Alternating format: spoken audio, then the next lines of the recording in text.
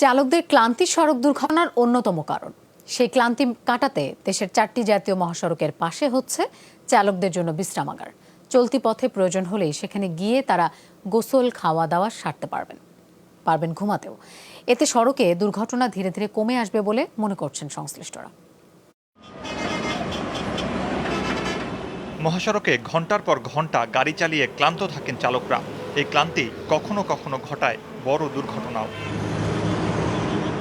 তাই দেশের 4টি জাতীয় মহাসড়কের পাশে অর্থাৎ ঢাকা চট্টগ্রাম মহাসড়কের কুমিল্লার নিমসারে, ঢাকা রংপুর মহাসড়কের সিরাজগঞ্জের পাঁচিলায়, ঢাকা খুলনা মহাসড়কের মাগুরার লক্ষ্মীকাণ্ডে আর ঢাকা সিলেট মহাসড়কের হবিগঞ্জের জগদীশপুরে হচ্ছে ড্রাইভার রেস্ট এরিয়া বা চালকদের জন্য বিশ্রামাগার।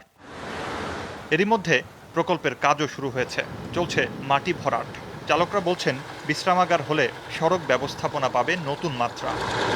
বিশ্রাম করার জন্য গাও গোসল দেওয়া যায় না, এই লেগে এই জায়গা সুবিধা হবে মোটামুটি হইলে। এখানে এসে আমরা গাড়ি পার্কিং করে রেস্ট নিতে পারবো, গোসল করতে পারবো, খানা দানা করে রেস্ট নিয়ে তারপরে আমরা যাইতে পারবো। পার্কিং এ হলে চালকদের জন্য খুবই উপকার হবে, আর ড্রাইভাররা ঠিকমতো ঘুমাইতে পারবে, কিছুক্ষণ রেস্ট নিতে পারলে দ্বিতীয়বার গাড়ি চালাইতে সুবিধা হবে। এটা হলে পরে ড্রাইভারদের জন্য সুবিধা হবে। আমাদের এলাকায় ওই আপনার অ্যাক্সিডেন্টের থেকেও আমরা বেঁচে যাব।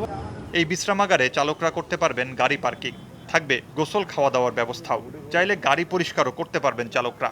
এখন যে পরিমাণ দুর্ঘটনা ঘটে, আগামী এটা আমার কমপ্লিট হয়ে গেলে এই দুর্ঘটনাগুলো আর হবে না। গাড়ির যে কোনো ধরনের কোনো সমস্যা হলে এখানে একটা সেন্ট্রাল গ্যারেজ হবে, সেন্ট্রাল গ্যারেজ থেকে সে এভাবে তার গাড়ির যে কোনো ধরনের সমস্যা সে ঠিক করতে পারবে।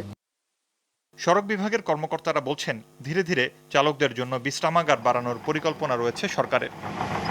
পরীক্ষামূলকভাবে এটা শুরু হয়েছে। যদি এই প্রক্রিয়াটা আমরা সাকসেসফুল হতে পারি তাহলে সারা বাংলাদেশে আরও অনেক বেশি ড্রাইভার রেস্ট এরিয়া করা হবে। ড্রাইভারদের টানা 8 ঘন্টার বেশি গাড়ি চালাতে না দেওয়ার জন্যই বিশ্রামাগার প্রকল্প বলে জানান এই কর্মকর্তা।